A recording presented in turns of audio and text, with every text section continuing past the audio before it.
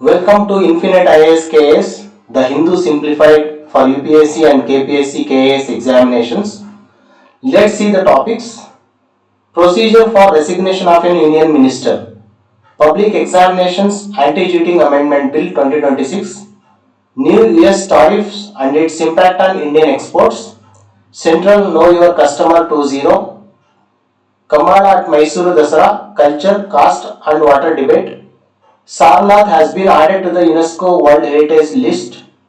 Planet-sized exomoon candidate around a brown dwarf. Ken-Betwa river linking project. Displacement and ecological concerns. US Senate bill proposing a pause on new H-1B visas. Nandan Nilekani-led task force on examination reforms. Advisory for Indian seafarers in the Black Sea region. Defense Minister's statement and dialogue on POK. Defense production, exports and indigenation. Andhra Pradesh AI platform for flood forecasting. Great Indian Bustard chicks enter a rewilding tunnel. Mirabai Chanu wins gold. Rishikanta Singh wins silver at the Commonwealth Games. Let's move on to the topic. Procedure for a Union Minister's resignation. So it was in news recently that the Union Minister of Education, Dharmendra Pradhan, has given a resignation to the Prime Minister with regard to the malpractices or leakages in the NEET examination papers. At the same time, the Cockroach Janata Party was demanding resignation of the Union Minister of Education. With regard to that, let's see the constitutional provisions or procedures or frameworks governing an individual minister's exit from the Union Council of Ministers. The constitutional framework includes Article 75, 1 of the Constitution. Union ministers are appointed by the President on the advice of the Prime Minister. Article 75, 2. Ministers hold office during the pleasure of the President. In practice, if you can see, this pleasure operates on the advice of the Prime Minister. And the collective responsibility, the Council of Ministers is collectively responsible to the Lok Sabha under Article 75.3. So the step-by-step process, if you see, of the resignation of the minister, here is it. An individual minister submits the resignation to the Prime Minister. The Prime Minister decides whether to accept it and sends a recommendation to the President. President formally accepts the resignation on the Prime Minister's advice. Cabinet Secretariat issues an official notification. The vacant portfolio is temporarily returned by the Prime Minister, or he can allot it to the another Cabinet Minister. Okay. So this is how the process goes on with regard to the resignation of a minister. Very important topic which was in news recently. Please do remember the constitutional frameworks that are linked to it. Let's move on to the another point with regard to the same topic. Let's see the comparison chart of resignation of an Union Minister versus the Prime Ministers. What will happen in these two cases? A resignation of an individual minister is addressed to the Prime Minister of India. A resignation of the Prime Minister is addressed to the President of the India. So, constitutional provisions governing an individual minister's resignations are, as already we have seen, Article 75.1 and Article 75.2. Articles related to the Prime Ministers include Article 75.1 and Article 75.3. So, the individual minister is impact on the Council of Ministers, if you can see. Only the individual minister steps down in case of individual minister's resignation. With respect to the Prime Minister, collective responsibility automatically leads to the dissolution of the entire Council of Ministers or entire Union Council. Okay. So, role of Prime Minister with respect to individual minister resignation includes evaluates, accepts or rejects resignation, recommends to the President and reallocates portfolio. Suppose if a Prime Minister resigns, as a head of the cabinet, their resignation terminates the entire government's tenure. This is a very important point. So, portfolio temporarily held by PM are reallocated to another minister in case of individual minister resigns. Gazette notification is issued for the portfolio reallocation.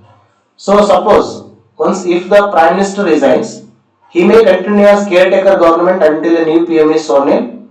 Gazette notification issued of cabinet dissolution process for a new government begins. So this is the comparison between the individual minister and the Prime Minister. So very important procedure again. Please do remember. Let's move on to the another topic.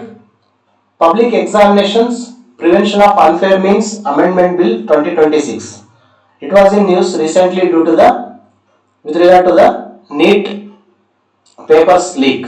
Okay, Union government recently proposed amendments to the 2024 anti-cheating law in response to the paper leaks and organized malpractices in the public examination, especially the NEET examination. The major proposed changes includes with respect to various provisions related to the investigation that must be completed within 60 days by local police, central agencies or special task force. Trial. Special fast track courts to conduct continuous day-to-day proceedings and finish trials within 3 months of the charge sheet.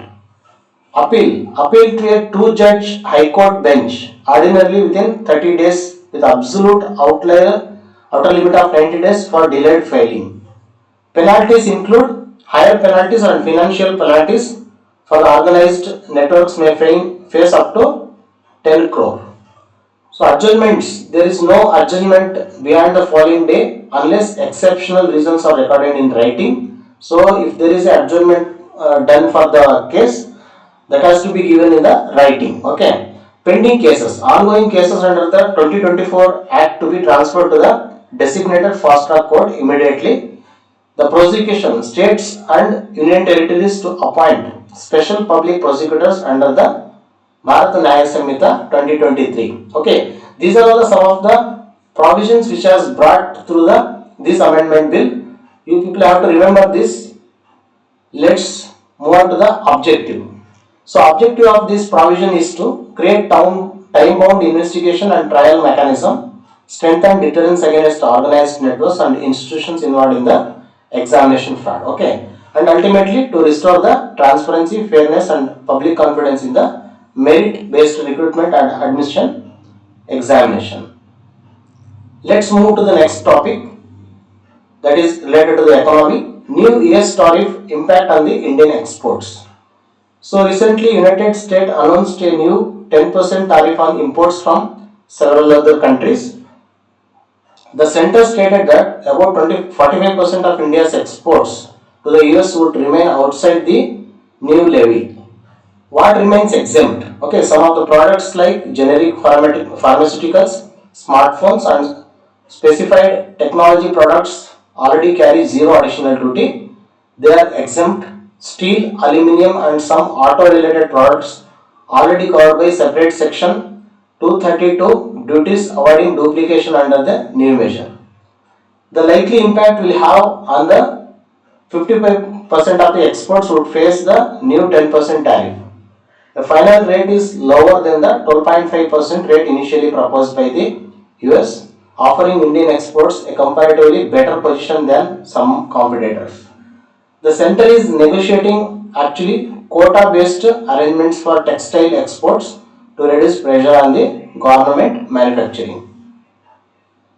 So the section 232 says that it is an US Trade Expansion Act permits tariff or other restriction when imports are considered a threat to the national security. Okay, this is related to that act. So let's move on to the next topic. Central Know Your Customer 2.0. What is the initiative? Central Know Your Customer 2.0 is a proposed unified consent-based digital customer identification framework intended to eliminate repeated submission of KYC documents across bank, insurers, pension entities and capital market institutions. Very important. Recently it has been brought. The core features include consent-based retrieval. Financial institutions can access the verified records using customer authorized OTP verification. Deduplication and confidence score. AI-supported matching is intended to remove the duplicate records and indicate a data quality. Real-time architecture. The system shifts from legacy batch process to the API-based retrieval and verification process. So it becomes real-time universal identifier. Each verified records receives a permanent 14-digit KYC identification number KIN. So this is about the Central Know Your Customer initiative, and it has been planned to be implemented in two phases, phase 1 and phase 2. Phase 1 timeline deadline is August 2026, that is for the commercial banks and insurance companies. Phase 2 late 2026, that applies to the mutual funds, stockbrokers, asset managers and other capital market entities. The institutional framework and significance for implementing this is CERSAI under the Ministry of Finance manages the central registry. RBI, SEBI, IRDAI, PFRD are the principal sectoral regulators involved. The initiative seeks to reduce onboarding friction, improve AML compliance, support fraud detection and deepen participation in insurance, pension and capital market. So this is the agenda or framework or significance of this initiative. Next, move on to the next topic, Karnataka culture and society. Kambala at Mysuru Dasara, culture, cost and water debate. Why in news? Recently, the proposal to include Kambala, the traditional slush track buffalo race of the coastal Karnataka in Mysuru Dasara for the first time, generated a debate over the cultural reputation, cost and water use during the drought condition. The Karnataka, which is facing drought now, if the event is held, so much of water is to be used. So in this situation, it is a worrying kind of thing they are discussing. So in that regard, let's see the argument supporting the event. Dasara is celebrated as Karnataka's Nada Habba. Supporters argue that major state platform should showcase an old folk tradition from coastal Karnataka. Organizers expect Kambala to attract visitors, widen awareness of the tradition and contribute to the tourism, that is global tourism. Concerns, there are so many concerns also being raised. Similarly, critic question whether Kambala fits the historical and cultural identity of the Mysore Dasara. The event requires purpose-built slush track, gallery and substantial water use at the time of severe drought. Questions have also been raised about the public expenditure and logistical scale. So these are the concerns. So there are two forms of Kambala you have to know. Devara Kambala, it is purely a local ritualistic event on local land or religious practice and customary tradition. And another is the competitive Kambala, a race held for prizes frequently on the artificial tracks rather than the traditional paddy fields. Okay. So this is about the Kambala, and around, if you can see, around 17 acres at Satagali in Mysore has been identified for the event. About 100 buffaloes are also expected with large support teams occupying each pair. The event is likely to be held on the October 18-19, 2026. So this is about the Kambala event. Next, move on to the another topic, Sarnath added to the UNESCO World Heritage List. The ancient Buddhist site of Sarnath in Uttar Pradesh was inscribed on the UNESCO World Heritage List during the 48th session of the World Heritage Committee in Busan, Republic of Korea. It became India's 45th World Heritage Site. In that regard, let's see some of the features. Sarnath has its historical and cultural significance with respect to where Buddha delivered his first sermon at Dharmachakra Pavartana Sutta, established Buddhist Sanghas, one of the four principal sacred Buddhist sites. So key landmarks included in the site include Dhamek Stupa, marks the exact spot of the first sermon, cylindrical in structure, 39 meter tall. Ashoka Pillar, erected by Emperor Ashoka, lion capital, national emblem of India and Dharmachakra on the national flag. The architectural and archaeological monuments include Chaukhandi Stupa, marks Buddha's reunion with disciples features octagonal towers relating to the 1588 CE.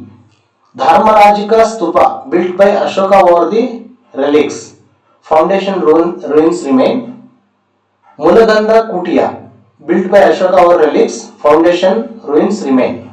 So this is about the some of the features of this monument. So the location is in Varanasi, Uttar Pradesh. Managing body is Archaeological Survey of India, and the historical range of the monument relates to the 5th to 4th CE, BCE to 12th CE. So, historical significance: after attaining enlightenment at the Bodh Gaya, Gautama Buddha delivered his first sermon at the Deer Park in Sarnath. The event is known as already we have seen, Dharmachakra Parivartana, or the first turning of the wheel of the Dharma, and marks the formation of the Buddhist Sangha. Sarnath is one of the 4 principal Buddhist pilgrim sites along with Lumbini, Bodh Gaya and Kushianagar. So this is about the Buddhist monument which has been included in the UNESCO World Heritage List. Next move on to the another topic relates to the science and technology. Planet-sized exomoon candidate found beyond the solar system.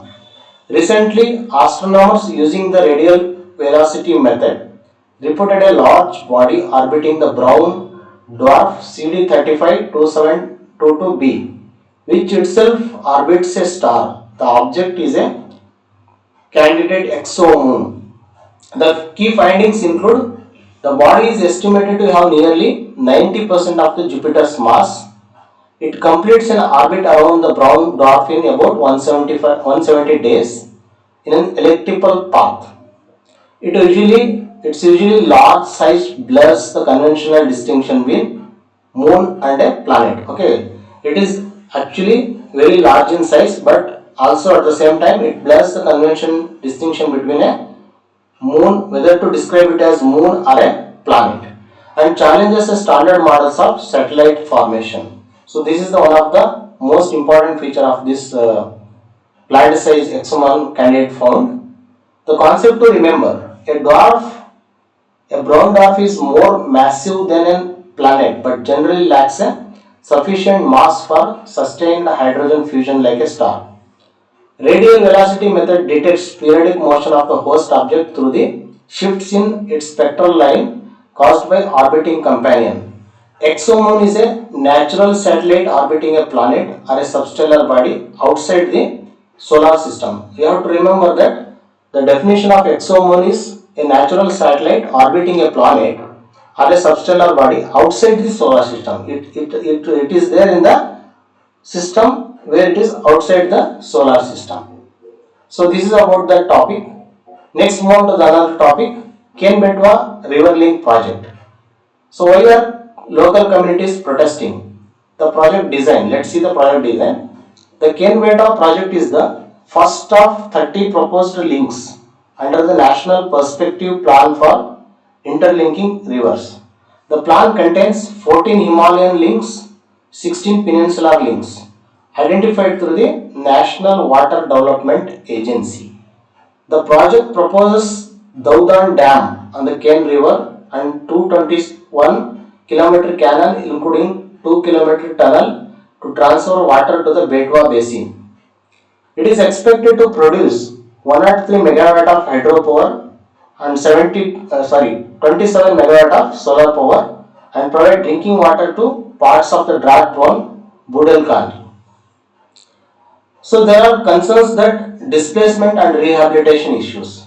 Government estimates indicate displacement of 7,193 families from 22 villages in Chhatarpur and Panna district. Protesters at the same time demand that every adult be recognized as an individual beneficiary for the 12.5 lakh rehabilitation package. They also seek the revision of the eligibility cutoff date and alleges reliabilities in the service beneficiary list and Gram Sabha consent procedures. Parallel protests are also held with respect to the state projects which are happening in the Majgovan and Runch irrigation projects for which affected families demand compensation on par with the Ken-Betwa package.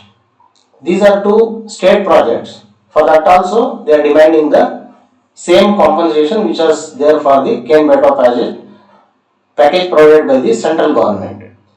The government response has been an additional 300 crore was approved for the rehabilitation under the Majgohan and Runch projects, the state projects, raising compensation from 5 lakh to 12 lakh for eligible beneficiaries. This has been done. A fresh survey reportedly added around 750 families to the rehabilitation list. So there are also ecological concerns associated with the issue. The substantial part of the project lies within the Panna Tiger Reserve. Okay, this is very important. About 17,101 trees are to be identified for felling for the Daudam project, dam project associated with infrastructure. The conservation fears impact on the reintroduction program of tiger, vultures, mashir fish and gharials in the Ken Gharial Sanctuary. So the non-release of basin hydrological data has also drawn criticism. So this is about the Ken-Betwa project and the protest which is happening with respect to the Ken-Betwa project. Let's move on to the next topic which relates to international relations.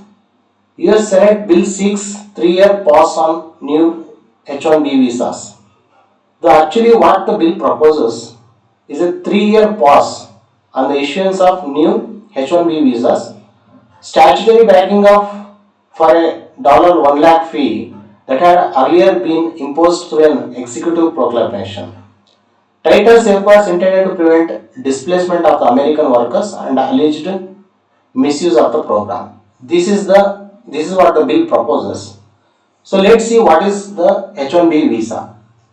H-1B visa is a non-immigrant visa used by the US employers to hire foreign workers in specialty occupations requiring theoretical or technical expertise. Usually the technology companies depend heavily on the program and Indian professionals as well as Chinese professionals are the major beneficiaries of these H-1B visa cards. The judicial context. Recently, the Federal Court of the US struck down the earlier $1 lakh fee as an unlawful tax not authorized by the US Congress. The 3-judge appellate bench declined to stay that ruling, prompting proposed legislation seek to explicit congressional approval. So, if the Congress approves the project, it can go on. That is what the court is saying. So, this is about the H-1B visa. Next, move on to the another topic. Nandan Nilekani led task force on examination reforms. The recently Nandan Nilekani led task force has been appointed to see the examination reforms on the backdrop of CKYC protesting and the education minister resignation. The Prime Minister announced a high power committee task force headed by the former UIDAI chairman Nandan Nilekani to recommend measures for a leak-proof, transparent and technology-driven examination system. So the mandate of the task force is to review and strengthen the National Testing Agency's examination architecture, recommend technology-based system for secure question paper preparation, transmission, authentication and examination delivery, improve institutional accountability, transparency and public trust. So this is the mandate that has been given to that task force. The proposed composition of the task force include Nandan Nilekani, he is the chairperson, former UID chairman and co-founders of the Infosys. There will be former ISRO chairman S. Somanath, former Intelligence Bureau Director Tapan Deka, IT Madras Director V. Kamakoti, former Education Secretary Anita Karwal and logistic experts Amrit Lal Meena. The context and political response. The announcement followed the protest over the NEET paper leak, re-examination and the resignation of the Union Minister. The opposition questioned the status of the 101 recommendation made by the K. Radhakrishnan Committee after the 2024 examination leak. So the committee Ramakrishnan Committee is also one of the committee which is related to the examination leaks after the 2024 examinations. So you have to remember that committee as well. So move on to the next topic that relates to the international relations and security. Advisory for Indian seafarers in Black Sea region. So this has been in the news recently. The Ministry of External Affairs advised Indian seafarers to assess the security risk before accepting employment on the commercial vessels operating in or around the Black Sea amid the increasing missile and drone attacks linked to the Russia-Ukraine conflict.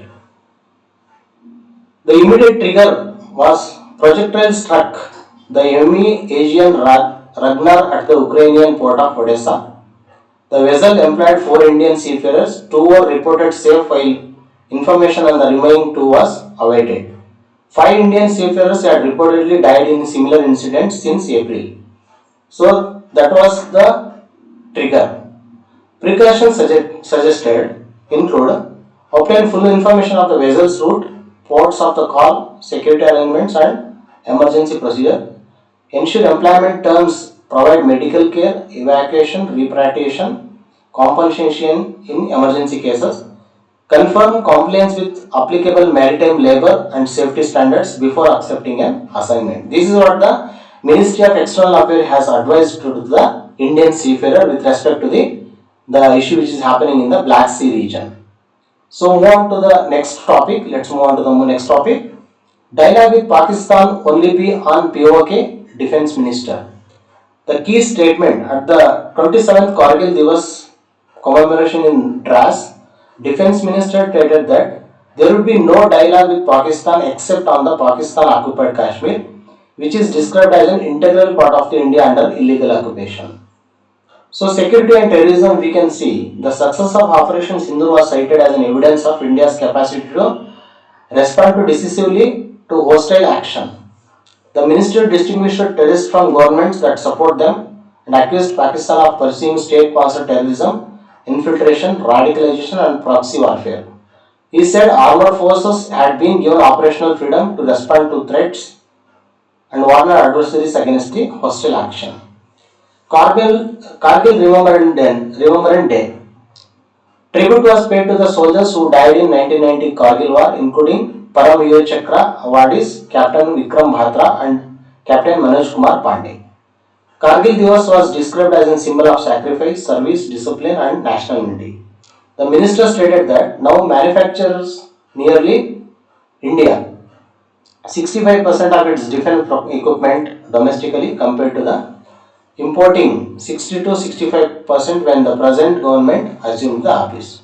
This is just in comparison of the previous and present government.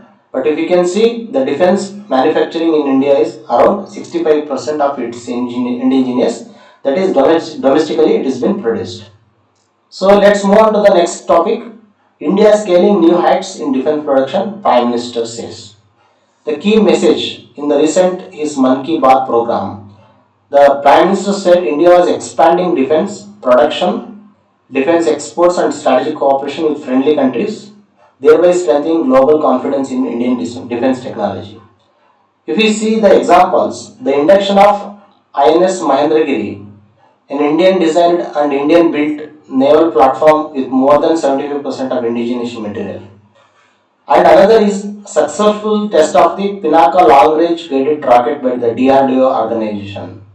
And a major agreement involving the BrahMos and Astra missiles during the engagement with Indonesia.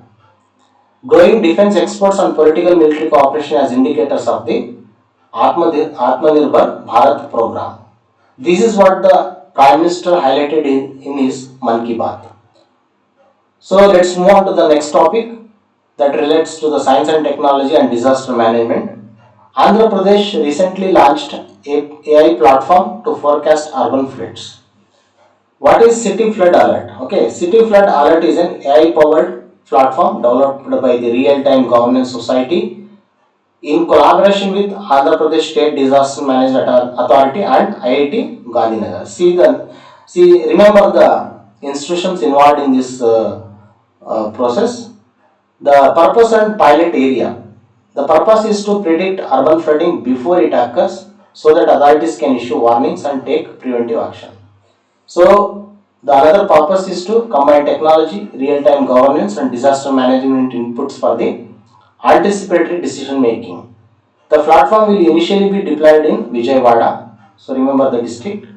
So, the significance of this is urban flooding forecasting can support evacuation, traffic diversion, reservoir and drain management, positioning of emergency teams.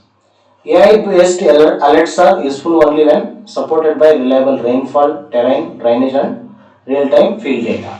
So this is what the AI-based platforms function is. Next, move on to the another topic which relates to environment and biodiversity. 3 great Indian Bustard chicks placed in rewilding tunnel. Wild news. For the first time, 3 captive bred Great Indian Bustards chicks were moved to a custom built rewilding tunnel at the Gondwana Conservation Center in Ramdevra, Jaisalmer. How the rewilding facility works. Okay. So this facility is designed to imitate the bird's natural habitat while minimizing human contact. The chicks will remain in tunnel for about 4 months under CCTV surveillance. Food will be supplied without direct human contact to reduce the habituation to people. After rewilding phase, the birds are expected to be released into the Desert National Park. So some of the facts you need to remember with respect to the issue is Great Indian Bustard is the state bird of the Rajasthan. Gondwana Conservation Center is located in Ramdevra in Jaisalmer district. Rewilding is the gradual preparation of a captive bred or rescued wildlife for the survival in natural condition. So some of the facts that we have to remember. And let's move on to the next issue or news. Mirabai Chanu wins gold, Rishikanta Singh clinches silver. In the recently held Commonwealth Games, Mirabai Chanu, women's 48 category, won gold with total lift of 190 kg, 85 kg in snatch, 105 kg in the clean and jerk round. It sets a new Commonwealth Games record and secured her third consecutive Commonwealth Games gold after 2018 and 2022. So the record from failed opening snatch attempt to complete the winning lifts. Okay. So Rishikant Singh Chanam won under the men's 60 kg category, won silver with combined lift of 264 kg, 121 kg in snatch and 143 kg in clean and jerk round, became the first male weightlifter from Manipur to win the Commonwealth Games medal. And if you can see, Malaysia's Muhammad Anik Kasdan won the gold with games record total of 273 kgs. So this is about the today's news brief and the Hindu Simplified series. For more information and for more such videos, please do subscribe our channel, YouTube channel. Please like and comment. If more videos are needed, please comment on the video. Thank you and all the best.